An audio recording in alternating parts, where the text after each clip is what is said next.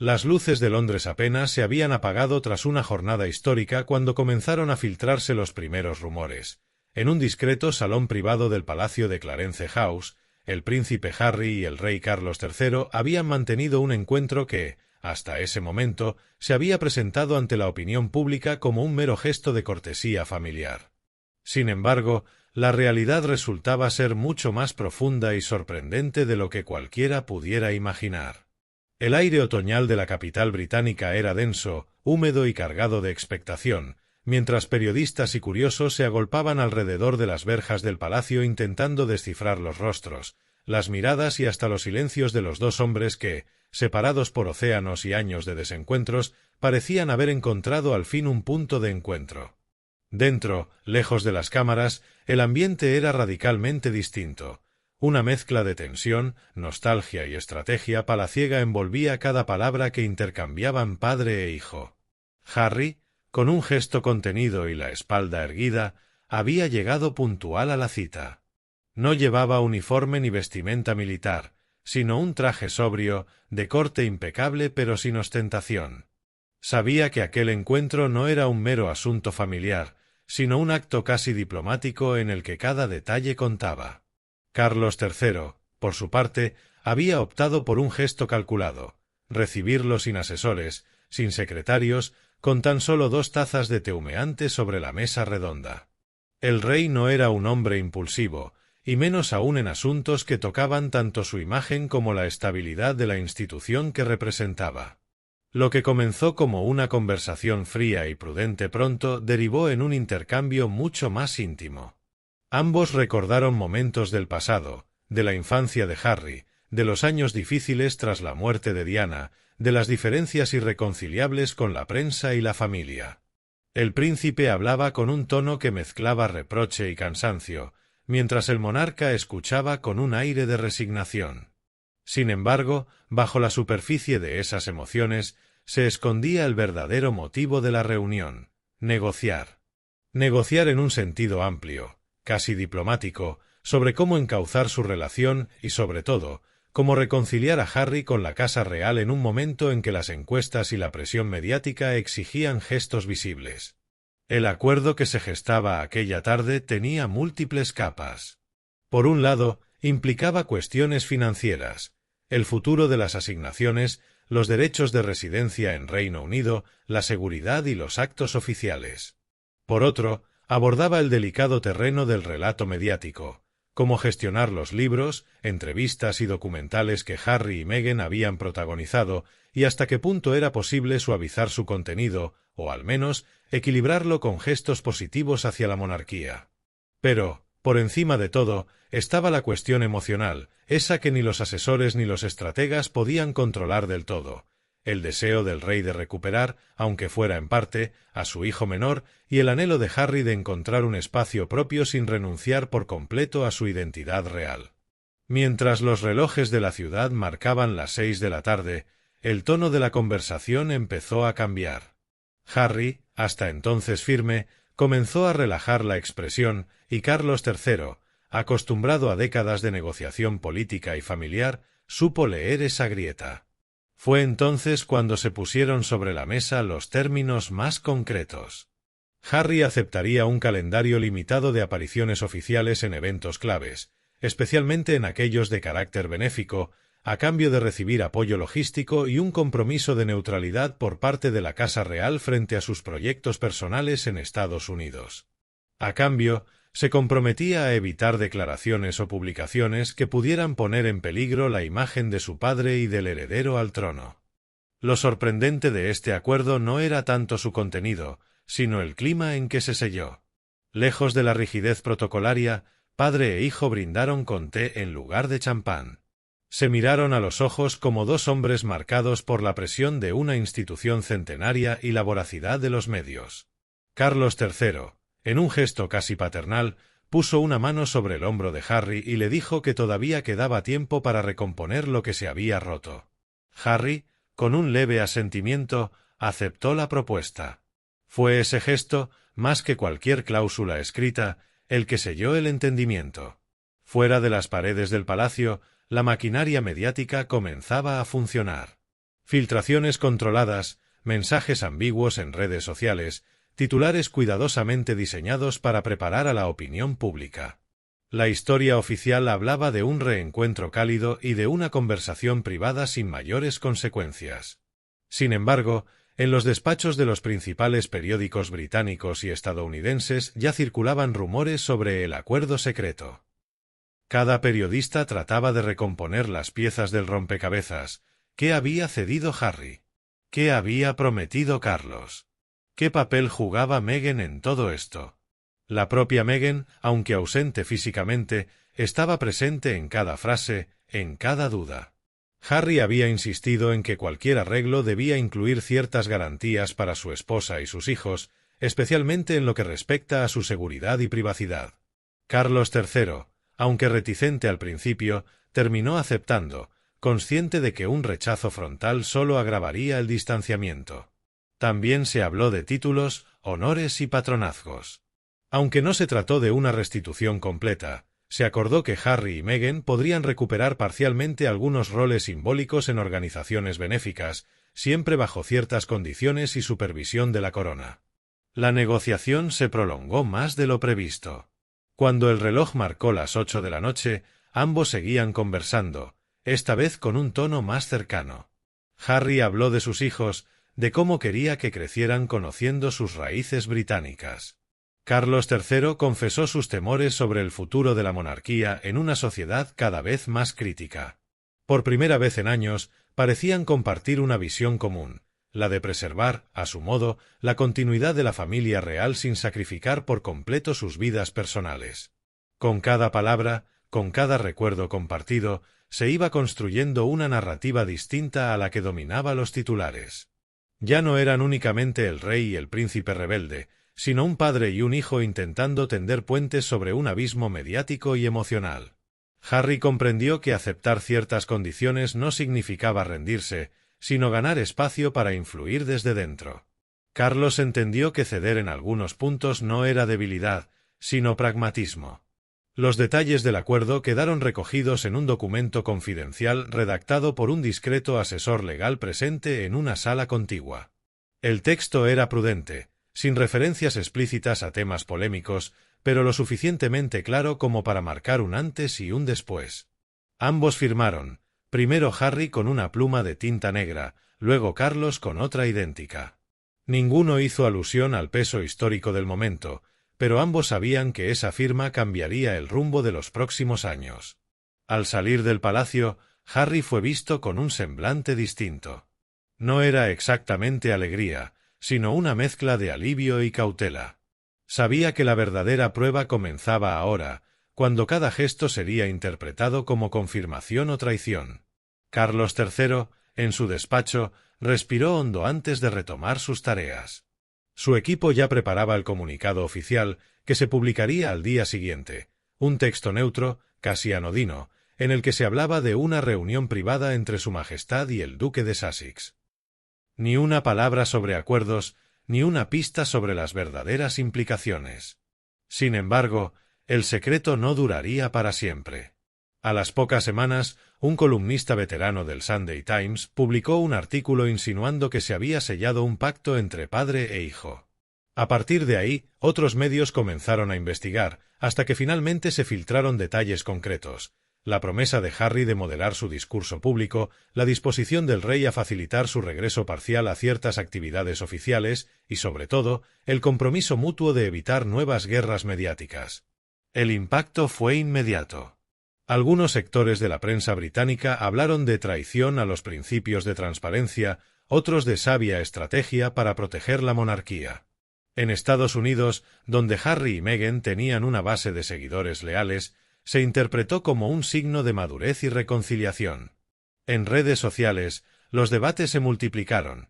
¿Significaba esto que Harry volvería al redil? ¿O que la monarquía había cedido ante sus exigencias? La narrativa oficial fue cambiando poco a poco. Actos discretos, apariciones calculadas, gestos simbólicos. Harry asistió a un homenaje a veteranos en Londres, acompañado de su padre. Meghan envió un mensaje grabado para una fundación patrocinada por la reina Camila. Los tabloides comenzaron a hablar de la nueva etapa en lugar de la ruptura definitiva. Todo esto no era casualidad, sino fruto del acuerdo pactado aquella tarde. Pero no todo era idílico. En privado, ambos bandos mantenían reservas. Harry temía que cualquier incumplimiento por parte de la Casa Real lo dejara expuesto ante la opinión pública. Carlos temía que algún nuevo proyecto mediático de su hijo reavivara las tensiones. Por eso, se estableció un canal directo de comunicación entre ellos, sin intermediarios, para resolver malentendidos antes de que estallaran. Era un intento de evitar que las viejas dinámicas se repitieran. Mientras tanto, en los pasillos del poder británico, políticos y asesores tomaban nota. La reconciliación parcial entre Carlos III y Harry podía tener implicaciones más amplias: reforzar la imagen de la monarquía en un momento crítico, suavizar críticas en la Commonwealth, influir en el debate sobre el futuro del sistema monárquico. Incluso algunos gobiernos extranjeros vieron con buenos ojos este acercamiento, interpretándolo como una señal de estabilidad. El acuerdo también tuvo un componente personal difícil de medir.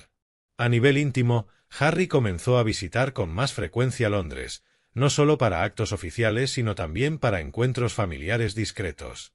Sus hijos tuvieron contacto con su abuelo en entornos más privados. Carlos III, por su parte, hizo gestos sutiles de apertura hacia Meghan, enviándole regalos para ocasiones especiales y evitando comentarios públicos que pudieran interpretarse como desaires. Todo ello formaba parte de la delicada coreografía diseñada aquella tarde en Clarence House. Tras la filtración definitiva del acuerdo, la opinión pública británica entró en una nueva fase de especulación.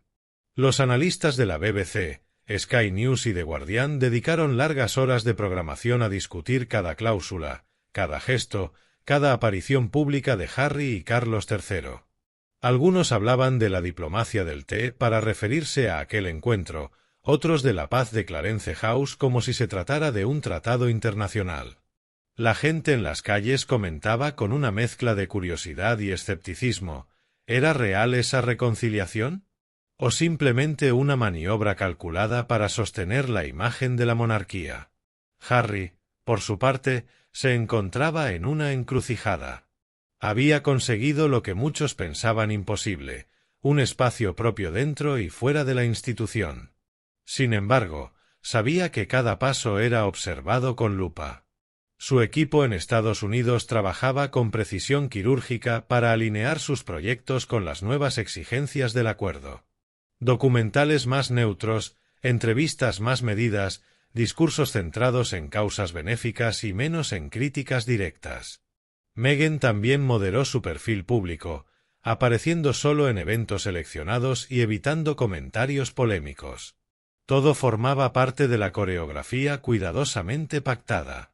Carlos III, mientras tanto, consolidaba su imagen de monarca reformista. El acuerdo con Harry le daba aire frente a sectores republicanos y críticos que cuestionaban la vigencia de la institución. Si ha podido reconciliarse con su hijo más rebelde, puede reconciliarse con su pueblo, decían algunos columnistas. Su popularidad experimentó un leve repunte, especialmente entre generaciones jóvenes que veían en este gesto una muestra de empatía y humanidad. En los discursos oficiales, el rey comenzó a utilizar un tono más inclusivo y familiar, en parte influido por la dinámica de estas negociaciones privadas. La prensa internacional también reaccionó. En Australia, Canadá y Nueva Zelanda, países con fuertes debates sobre la monarquía, se interpretó el acuerdo como un intento de modernizar la Casa Real. En Estados Unidos, donde Harry y Meghan habían tejido su propio imperio mediático, el pacto fue visto como un triunfo estratégico. Lograban mantener su independencia sin romper del todo con sus raíces. Incluso en países europeos se comentaba el caso como un ejemplo de cómo las monarquías contemporáneas debían adaptarse para sobrevivir. En medio de este torbellino mediático, lo que pocas personas sabían era que el acuerdo incluía un plan a largo plazo. No solo contemplaba apariciones públicas y roles benéficos, sino también un proceso gradual para reconstruir la confianza interna. Por ejemplo, se establecieron reuniones trimestrales entre Harry y un representante de la Casa Real para evaluar avances y resolver tensiones. Se diseñaron protocolos para la comunicación con la prensa, asegurando que las filtraciones futuras fueran controladas y no dañinas. Incluso se acordaron vacaciones familiares discretas en lugares privados para facilitar el contacto entre los niños y su abuelo sin presión mediática. Uno de los momentos más simbólicos llegó 6 meses después, cuando Harry acompañó a Carlos III a un acto oficial en Edimburgo para conmemorar una iniciativa ecológica. Fue la primera vez en años que aparecían juntos en un contexto público sin tensiones visibles. La imagen de ambos caminando lado a lado, intercambiando sonrisas y comentarios, fue portada en casi todos los periódicos del mundo. Aunque se trataba de un acto protocolario, el mensaje era claro: la reconciliación era real y estaba en marcha. Sin embargo, no todos estaban satisfechos. Sectores más conservadores dentro de la monarquía veían el acuerdo como una concesión excesiva a Harry. Temían que sentara un precedente peligroso para otros miembros de la familia. Algunos cortesanos veteranos susurraban que Su Majestad ha abierto una puerta difícil de cerrar. Por el contrario, los seguidores más acérrimos de Harry en Estados Unidos se preguntaban si el príncipe no había cedido demasiado, comprometiendo su libertad de expresión. Estas tensiones externas eran un recordatorio constante de que la tregua, aunque sólida, seguía siendo frágil. A nivel personal, sin embargo, se produjeron avances significativos. Harry comenzó a visitar con más frecuencia la campiña inglesa, hospedándose en residencias familiares donde podía caminar sin cámaras. Carlos III organizó encuentros privados con sus nietos, en los que jugaban y compartían anécdotas lejos de los focos.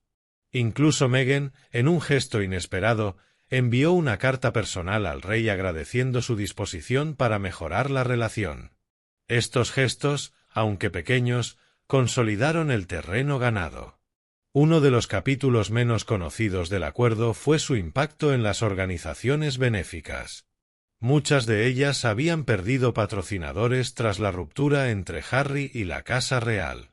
El pacto permitió reactivar donaciones, patrocinios y programas conjuntos.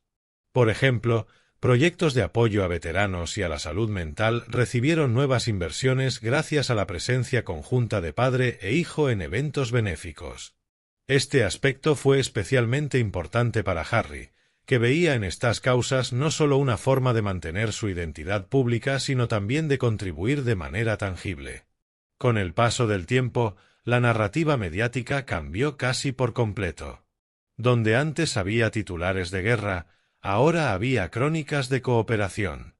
Los paparazzi, que habían vivido de la confrontación, encontraron menos material escandaloso.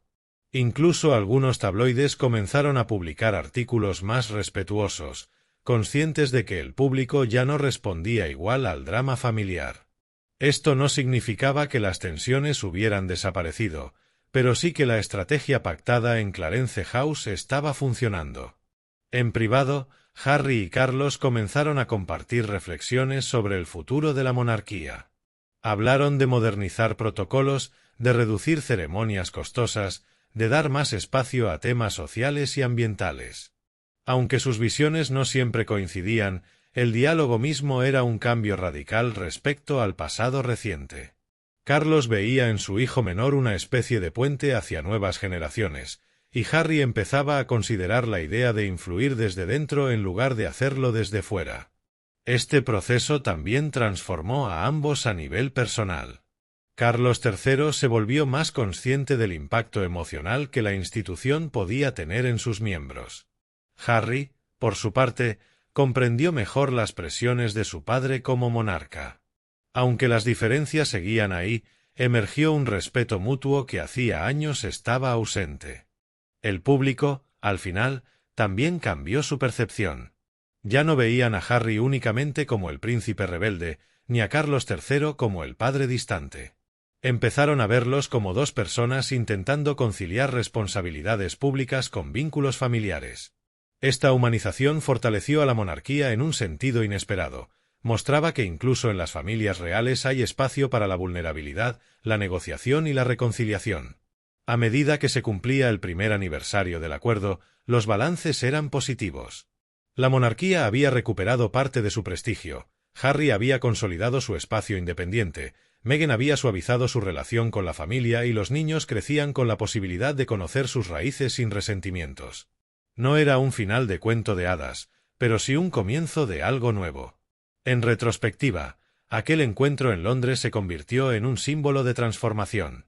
No solo por el acuerdo en sí, sino porque demostró que incluso las instituciones más antiguas pueden adaptarse cuando hay voluntad. En una época marcada por la polarización y el espectáculo mediático, ver a un padre y un hijo sentarse a negociar con respeto ofreció un raro ejemplo de madurez y pragmatismo. La revelación del acuerdo también cambió la manera en que la gente entendía a Harry. Muchos que antes lo veían como traidor empezaron a verlo como mediador. Carlos III, antes retratado como inflexible, fue percibido como un líder capaz de aprender y evolucionar. Esta doble transformación reforzó la legitimidad de la institución y, paradójicamente, también la independencia de Harry. El pacto, al final, no fue solo un contrato de cláusulas y compromisos, sino un proceso emocional y simbólico. A través de él, ambos lograron redefinir su relación, no como una lucha de poder, sino como una cooperación estratégica. En un mundo donde las disputas familiares suelen escalar en redes sociales y tabloides, esta reconciliación fue casi un acto contracultural. Así, mientras Londres seguía su ritmo imparable y los turistas se agolpaban frente a los palacios, dentro de los muros de Clarence House había quedado escrito un capítulo silencioso pero crucial en la historia contemporánea de la familia real británica. Un capítulo donde no hubo vencedores ni vencidos, sino dos hombres que, tras años de desencuentros, decidieron apostar por un camino común, demostrando que incluso bajo las coronas más pesadas late, todavía, un corazón humano capaz de tender puentes.